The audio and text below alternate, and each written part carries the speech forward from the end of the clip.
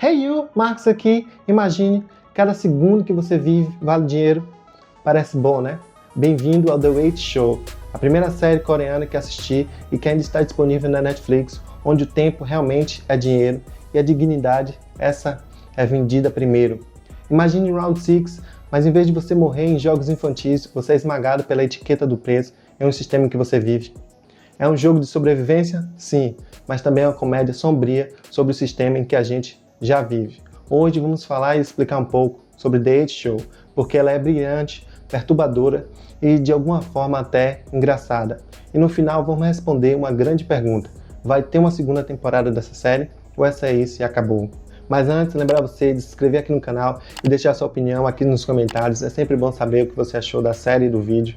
E eu tô sempre lendo todos os comentários. E lembrar você de que esse vídeo terá spoilers. Então, se você ainda não assistiu a série, já fica ciente. 8 estranhos, todos precisando de dinheiro, que precisam cooperar e antagonizar uns aos outros em um cenário extremo, onde o jogo só termina quando uma morte ocorre ou o tempo acaba. E em um espaço onde a infraestrutura social é cortada. Cada um é preso em um andar de um prédio misterioso e com regras simples. Fique lá dentro e ganhe dinheiro a cada segundo. Mas tem um detalhe: tudo custa um absurdo. Quer um miojo? 5 milhões de wons, equivalente a 20 mil reais. Precisa de água? 10 milhões. Quer uma cama nova? Pode esquecer. E tem mais: quanto mais alto o andar, mais você ganha. O 8º andar é praticamente uma fábrica de dinheiro. Já o primeiro andar ganha apenas para existir. Isso não é só um game show, é um espelho da sociedade. E nesse reflexo as coisas parecem ridículas, porque já são ridículas. Essa é a série sul-coreana de suspense e tortura, lançada em 2024 e dirigida por Han Jarin, e estrelada por atores experientes e que já trabalharam com esse diretor em outras obras. O roteiro também foi escrito por Han com base nos webtoons do Never Money Game e Pie Game. Inicialmente, as 8 pessoas, optando por serem nomeadas apenas com base em seu andar, trabalham juntas para tentar maximizar o tempo restante do jogo e os ganhos individuais enquanto vivem com conforto bem básico. No entanto, logo eles descobrem que os andares mais altos estão ganhando significativamente mais dinheiro e têm quartos maiores do que os andares mais baixos. Uma luta pelo poder irrompe entre os jogadores, enquanto, ao mesmo tempo, tentam descobrir os meios poucos claros pelos quais mais tempo é adicionado ao relógio do jogo. Essa é a ideia geral da série e logo no começo, assim como os personagens, a gente vai se envolvendo para saber como tudo funciona e qual será a dinâmica. Sentimos a princípio uma familiaridade com outras obras, mas com o passar vemos que The Weight Show com certeza vai mais além, por assim dizer, de que qualquer outra série como Round 6 e a plataforma. Seguindo nosso protagonista, vamos entendendo ou imaginando o porquê dele aceitar de chegar nessa condição. Assim como todos os outros personagens, cada um passa por uma certa dificuldade e enxerga nessa experiência a chance de poder realmente mudar de vida, mesmo que seja através de uma situação tão deprimente. Já dentro do jogo, vamos percebendo a reação de cada um ao tentar entender a dinâmica. Alguns ficam felizes por estar ganhando uma quantia de dinheiro que jamais imaginaram ganhar e de uma forma teoricamente muito fácil. Apesar disso, ao saberem que outros podem estar ganhando mais do que eles, começam a surgir os primeiros indícios de conflito e cada um passa a lidar com essa informação de forma inesperada. Mesmo a princípio não tendo um grande aprofundamento dos personagens, acredito que foi suficiente a maneira como foi conduzida as revelações de como cada personagem se comportava e reagia. Ao longo da série ficamos sabendo mais sobre eles e suas convicções, e dessa forma até que combinou para manter um suspense e colaborar para esclarecer as posturas durante as situações vividas dentro do experimento. Eles demoram até certo ponto para entender que eles estão em um reality e saber que o que eles fazem lá dentro para entreter o público é que determina quanto dinheiro eles ganham para continuar no programa. Interessante que até esse ponto eles tentam manter uma espécie de união e cooperação para ficar lá, fazendo dinâmicas e votações. Porém, no primeiro caso, em tentar penalizar, por assim dizer, o personagem número 8, eles caem na realidade e aí começa a ficar mais escancarado de fato o sistema que eles estão emulando. Não tem como não refletir sobre algumas situações que acontecem na série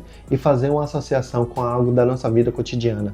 Questões como comparação, desigualdade, competição e várias outras têm um ponto bem direto.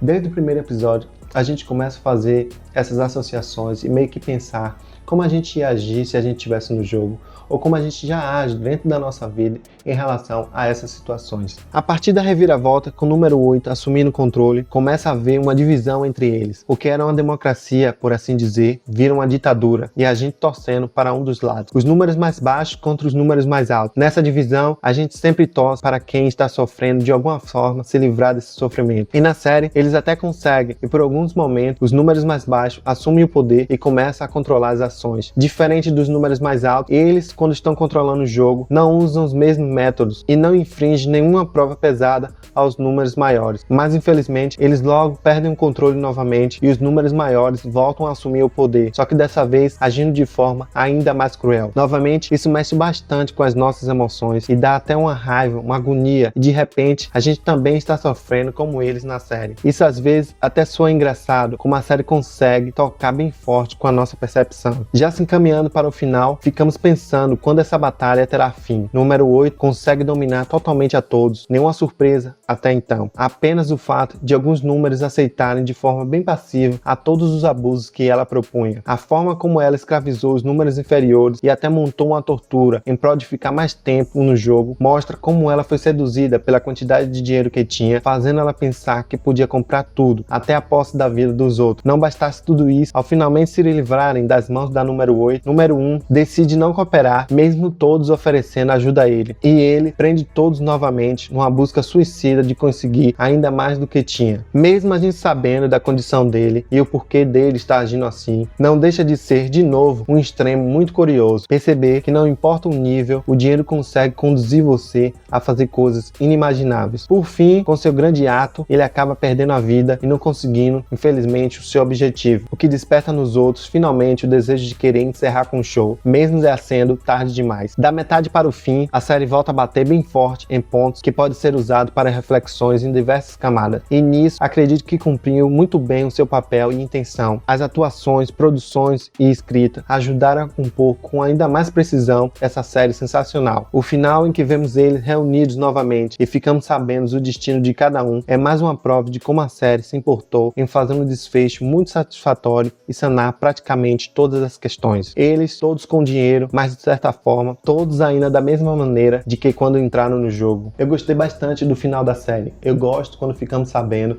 do destino de cada personagem da trama. Isso traz um conforto e uma sensação de que a série fechou ali e não temos que esperar um tempão para saber o que vai acontecer. Mas, e a segunda temporada? Oficialmente, The 8 Show agora é uma minissérie da Netflix, ou seja, não tem continuação confirmada. Mas vale ressaltar que os webtoons em que a série foram baseadas têm uma sequência. Então, resta esperar para saber se a Netflix muda de ideia e decide fazer mais uma temporada. Mas e você? O que achou de The 8 Show? Deveria ter uma segunda temporada ou é melhor parar por aí? Deixa aqui nos comentários a sua opinião e eu vejo você no próximo vídeo. E não se esqueça de se inscrever no canal, diferente da série, ainda não paga para isso. Até lá!